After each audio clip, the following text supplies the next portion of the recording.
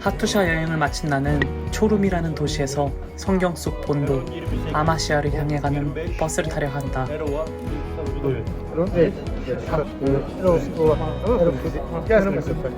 티켓을 이렇게 줬는데요. 어떻게 가야 되는지 하나도 모르겠네요. 지금 초룸에 왔고요. 이곳에서 1시간 반 정도 떨어져 있는 아마시아로 갑니다.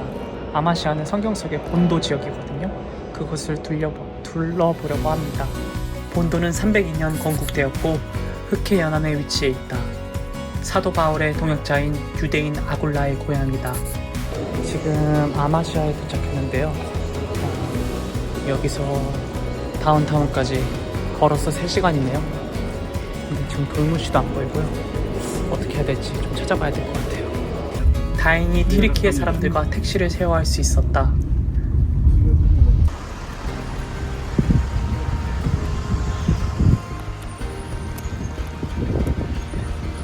아마시아에 100리라로 택시 타고 잘 도착했고요. 이제는 호텔을 구해보도록 하겠습니다. 호텔 구하고 바로 밥을 먹을게요. 24시간 동안 굶었더니 배가 엄청 고프네요. 해가 지면서 은은한 황금빛이 돌산을 따라 흘러내리고 그 속에서 난 한 폭의 그림 같은 이곳의 풍경에 매료되고 있다. 오늘은 간단한 식사로 튀르키예 국민 음식 피데를 먹으려고 한다. 나라바비.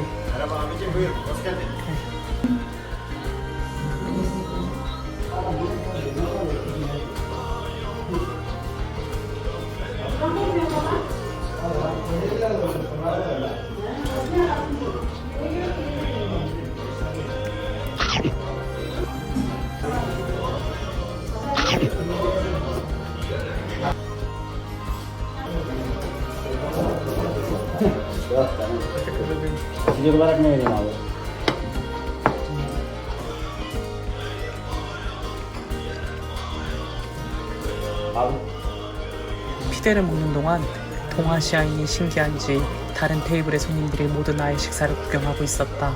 이제 가게 손님들이 다 쳐다보고 계세요.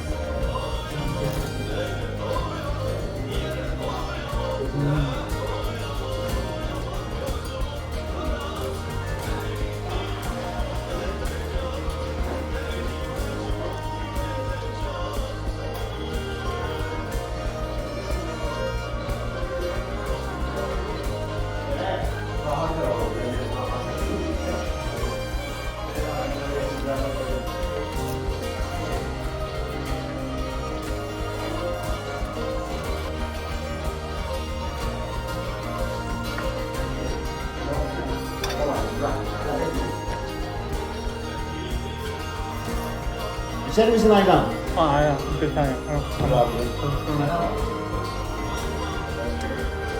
근처의 대부분 음식점이 피데 가게입니다. 여기 본도는 그 본도 아마시아 지역은 피데가 유명한 것 같아요. 흑해 지역이라서 생선이 유명하다고 하는데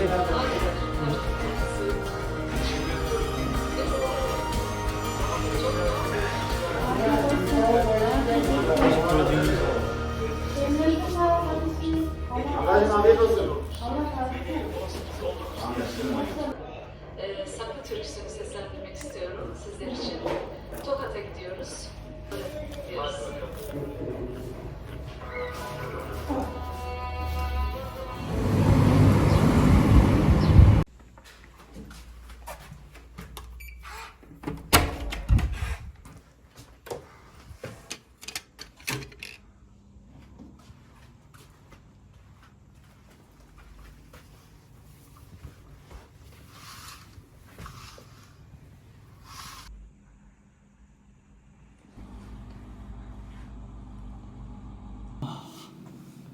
여기 본도에 한 5군데 정도 호텔을 찾아서 발품 팔아서 제일 깨끗하고 따뜻한 호텔로 왔습니다. 어제 하투샤에서 너무너무 추웠잖아요. 그래서 조금 따뜻하고 깨끗한 호텔에서 자고 싶었어요. 근데 이 근처에도 4군데 정도 다녀봤는데 담배 냄새 나는 곳, 추운 곳, 그리고 따뜻한 물 안 나오는 곳 여러 군데가 있더라고요. 그래서 2성급 호텔인 3성급, 4성급 호텔인데도 불구하고요.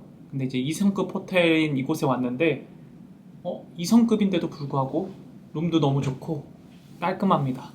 네. 너무너무 지치네요. 전날에는 야간버스에서 자고 두 번째 날에는 냉장고에서 자고 오늘은 좀 제대로 잘 수 있을 것 같아요. 네.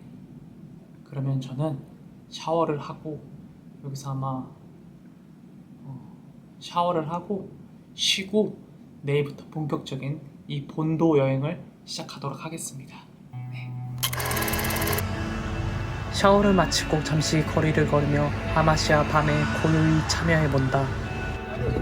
돌담에 비치는 듯한 가로등은 마치 이곳의 이야기를 속삭이는 듯하고 이 도시의 풍경은 성경 속 이야기들이 있다는 것 외에 그 위대한 역사의 숨결이 그대로 느껴진다.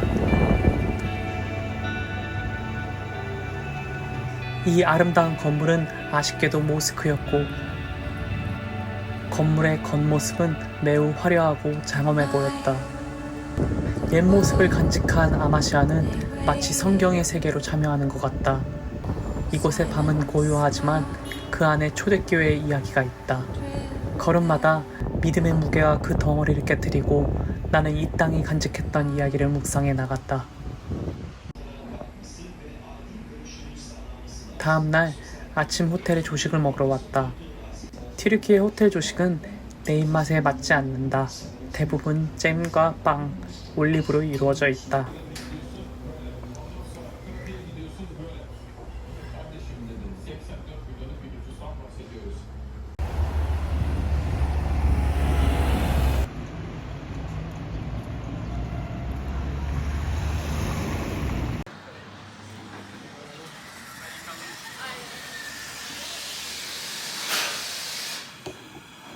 메라바.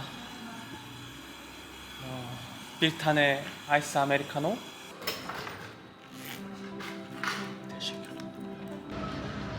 여행을 시작하기 전 카페인을 섭취해본다.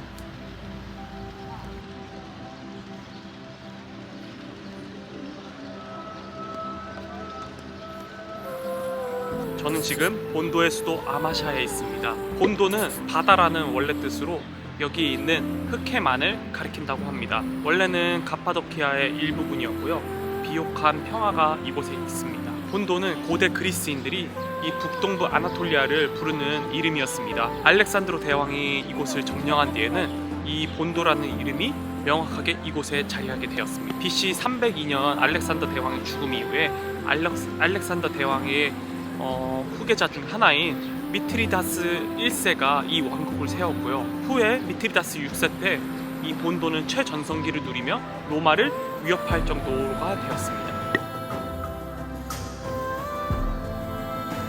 후에 로마와 본도는 전쟁을 합니다.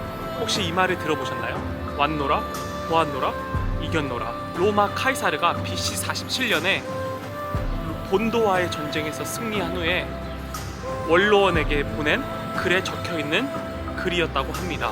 이 전쟁으로 본도는 로마의 속국이 됩니다.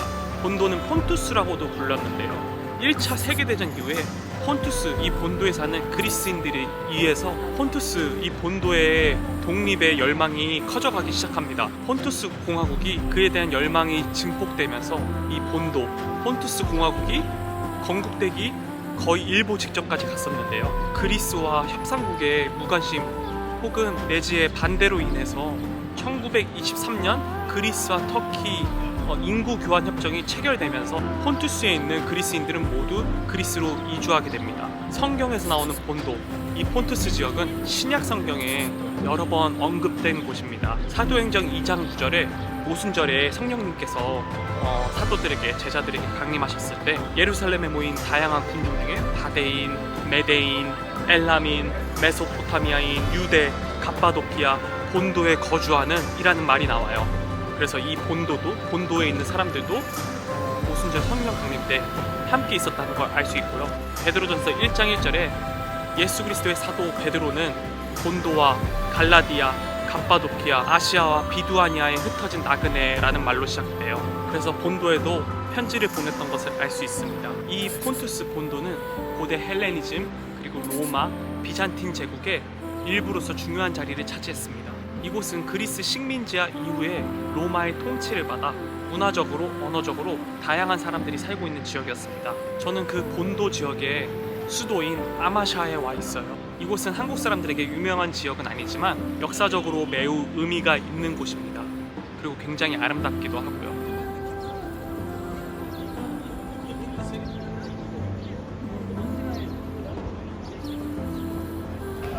어르신들이 모스크에서 그들의 예배를 드리며 휴식을 취하는 모습을 볼 수 있었다.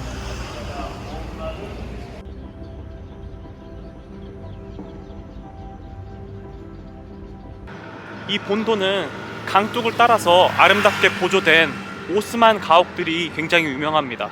그래서 네, 아름답죠.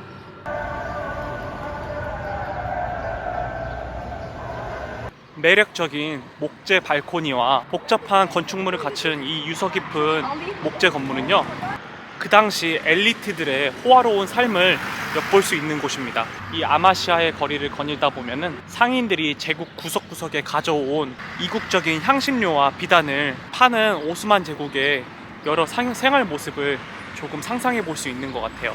또한 아마시아 본도는 단순한 도시가 아니라 오스만 제국의 정치적 요람이었다. 이곳에서 여러 술탄들이 탄생하며 그들의 제국을 통치하기 전 어린 시절을 보낸 도시다.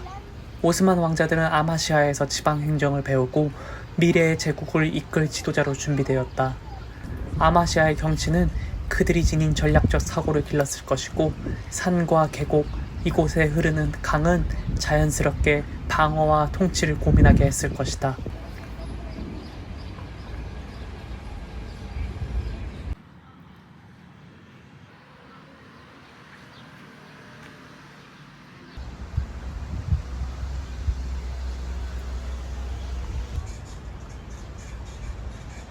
사도 바울 한 세대 전에 활동했던 역사가이자 철학가이자 지리학자인 스트라본인데요.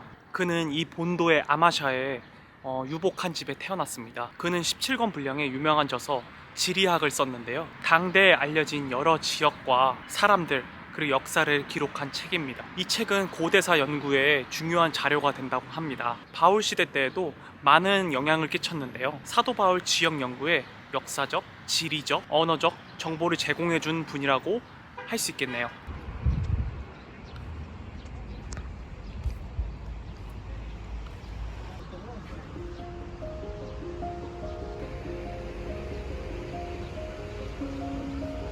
눈 덮인 산과 아나톨리아의 구불구불한 언덕에 자리 잡은 아나톨리아 무성한 계곡에는 달처럼 아름다운 공주 시린이 살고 있었어요. 그녀의 아버지는 번영하는 땅을 다스리며 딸이 자신의 혈통만큼 고귀한 구원자를 찾기를 바랬습니다. 숙련된 젊은 석공 페르앗은 왕국 내의 한 마을에 살고 있었는데요. 그는 예술성을 가지고 있었고 가장 단단한 바위에도 섬세한 문양을 새기는 능력을 가지고 있었어요. 어느 날 페르앗은 그의 왕실의 행렬 중에 시린 공주가 지나가는 것을 보게 됩니다. 그녀의 아름다움과 우아함에 페르앗은 한눈에 반하게 된 것입니다. 페르앗은 그녀와 그녀의 왕실에게 자신의 가치를 증명할 방법을 찾는데 전념을 했어요. 딸에 대한 페르앗의 애정을 알고 있던 왕은 그의 결의와 능력을 시험해 보려고 했습니다. 왕은 페르앗에게 거의 불가능한 일을 맡겼습니다. 왕은 이 일이 이 젊은이를 단련시키고 시린이 귀족과 결혼하길 은밀히 바랬던 것이죠.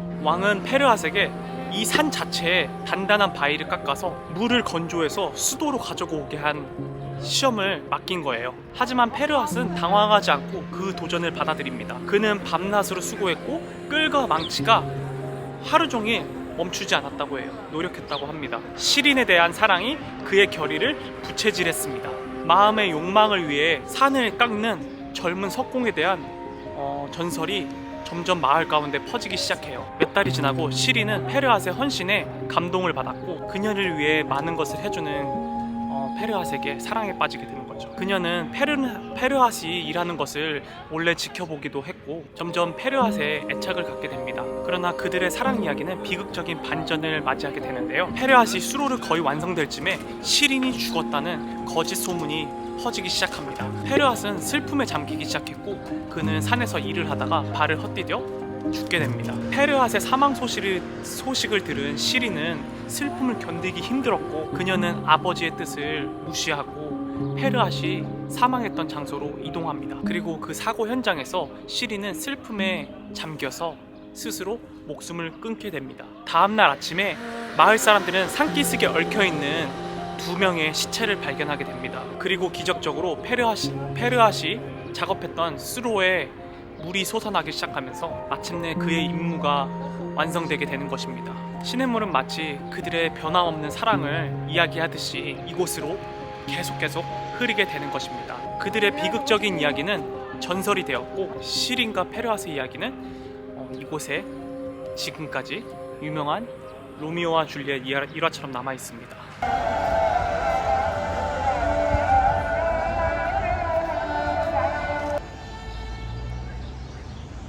이곳 본도의 바위산엔 왕들의 무덤이 있다. 바위산에 새겨진 왕들의 무덤은 세월 속에 잊혀지지 않은 기억을 간직한 채 시대의 흐름을 목격하는 것 같다.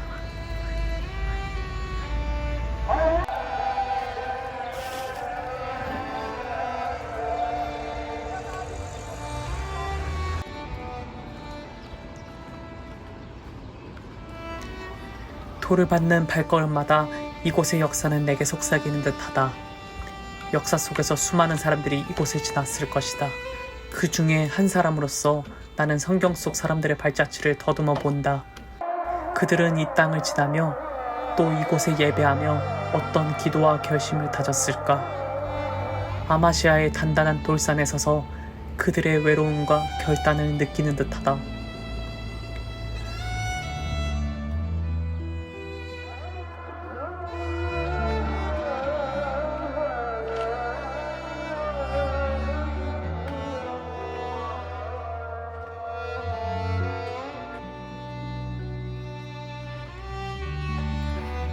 나라봐, 왕의 무덤을 보는데 50리라입니다.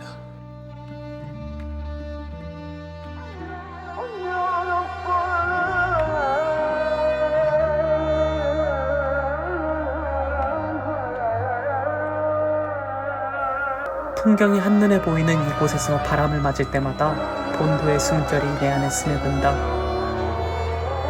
본도의 전경이 다 보이는 것 같아요. 이곳에서 나는 마음속으로 기도한다. 주님, 이곳에 머물렀던 이들의 열망과 신앙이 내 마음속에도 새겨지게 하소서.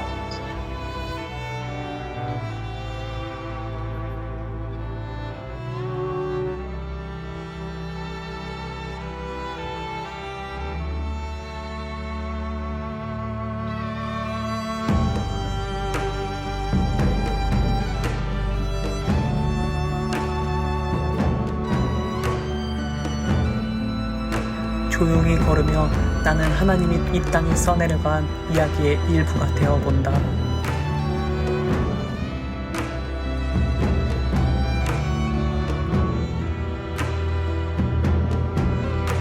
네, 이렇게 저는 초대 기독교 역사에 중요한 역할을 차지했던 본도를 잘 여행했고요.